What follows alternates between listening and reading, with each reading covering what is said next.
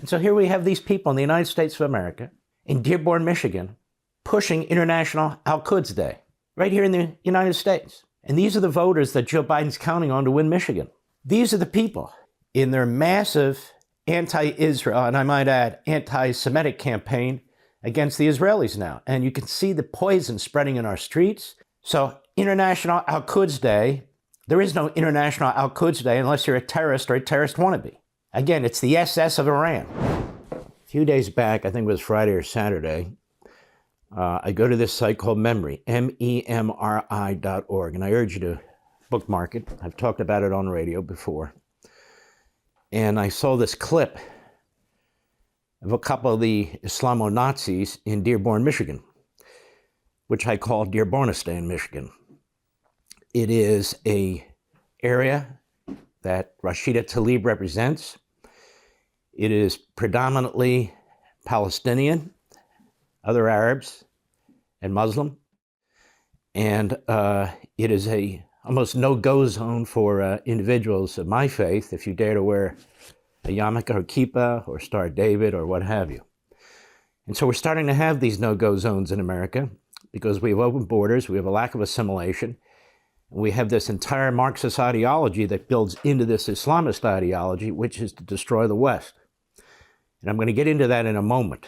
But before I do, you've probably seen this clip as a result of my posting it on my social sites and pushing it out into the other forms of media, particularly conservative media. That's how it got out on Fox, on other websites, and so forth. It's called research. This Memri site is crucial.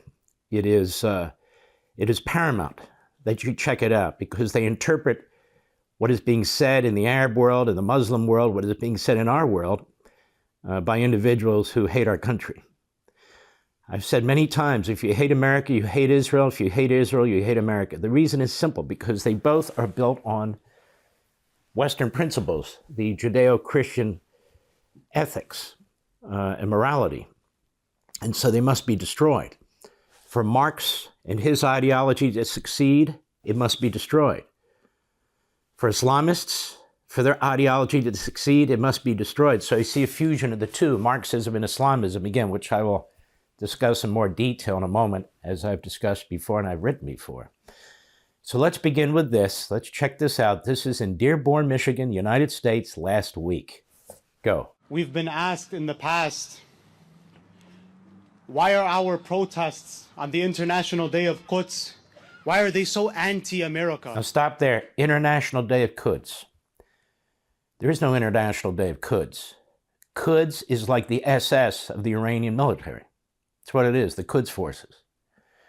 They've killed many American soldiers. They've maimed many American soldiers. You see Tunnel to Towers. You see Wounded Warriors, so many other wonderful, beautiful organizations.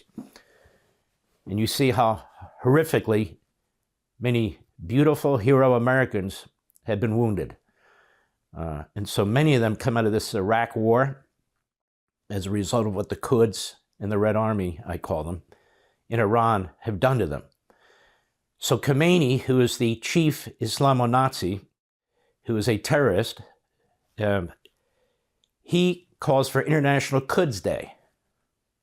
And so here we have these people in the United States of America, in Dearborn, Michigan, pushing International Quds Day, right here in the United States. And these are the voters that Joe Biden's counting on to win Michigan, and Minnesota, and New Jersey, as well as other places, but that's where the concentrations are. These are the people who Joe Biden and the Democrat Party are relying on and responding to in their massive anti-Israel, and I might add, anti-Semitic campaign against the Israelis now. And you can see the poison spreading in our streets, little Kristallnachts going on all over the country now against synagogues, against Jewish people. And I might add, now Christian people. This whole notion of Christian nationalism is an attempt to turn Christians into Klan members, the Ku Klux Klan. And so it always follows. It starts with the Jews, then the Christians, and other people who don't comport with the ideology of Marxism and here Islamicism. So International Quds Day, there is no International Quds Day unless you're a terrorist or a terrorist wannabe. Again, it's the SS of Iran. Go. Why don't we just focus more on Israel and not talk so much about America? Gaza has shown the entire world why these protests are so anti-America. Because it's the United States government that provides the funds for all of the atrocities that we just heard about. And this is why Imam Khomeini, who declared the International Day of Quds... Again, he cites the Islamo-Nazi who runs Iran. So these are domestic enemies. I don't know this man's background, I can guess. But the FBI should swarm this area. They should secrete themselves into these mosques. They should find out exactly what's taking place here. And you know damn well the rest of the media would be covering this very, very heavily if the shoe were on the other foot, if this was some other ethnic or religious group making these statements and urging violent overthrow of the United States. It sees no time on MSNBC or CNN. It gets very little coverage in the rest of the Democrat Party media, and Joe Biden hadn't said a damn thing about it. Blinken hasn't said a damn thing about it. Nobody has. Nobody Democrat, that is. Go ahead. This is why he would say to pour all of your chants and all of your shouts upon the head of America. They're yelling death to America.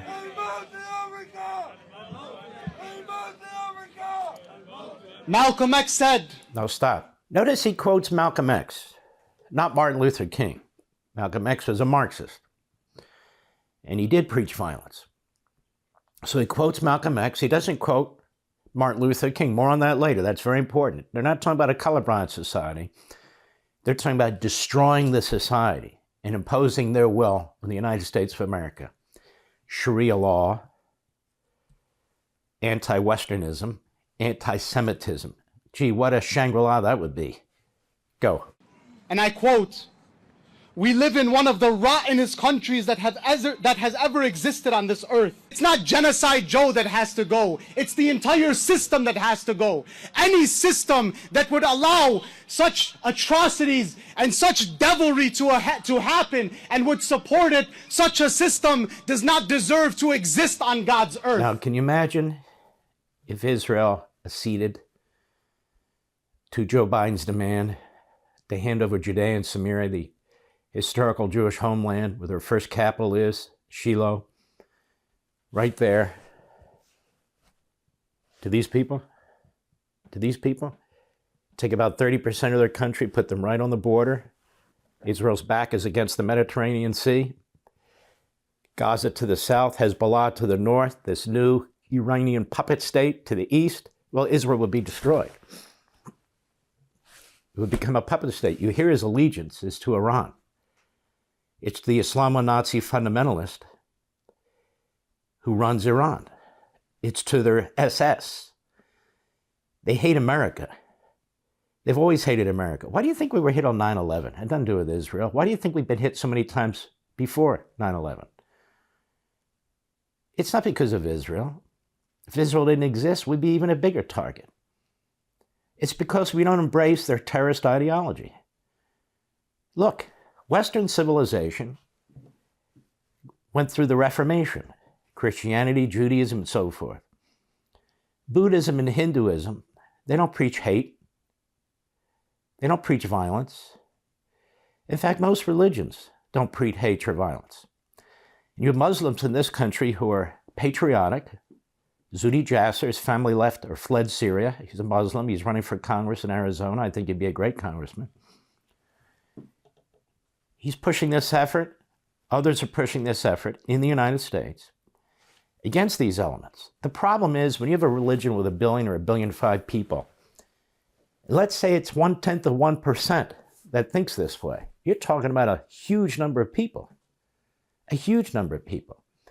But we don't need to guess. This is happening in the United States of America right now. Right now. Go ahead. And so when these fools ask us if Israel has the right to exist, the chant "death to Israel" has become the most logical chant shouted across the world today. You see? Death to Israel, death to the United States. It's not a two-state solution. Iran has a country.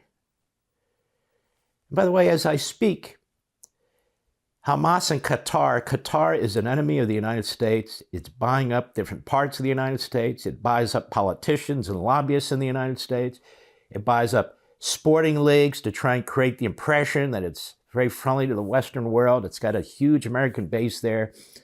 Well, it's funding Hamas. Well, it's funding our colleges and universities with disgusting pigs like this. It's even donated $5 million to the Memorial Fund, the Medal of Honor Memorial Fund, and they took it. They took blood money. And Qatar funded October 7th, just as Joe Biden did. For all this and much more, sign up for Levin TV.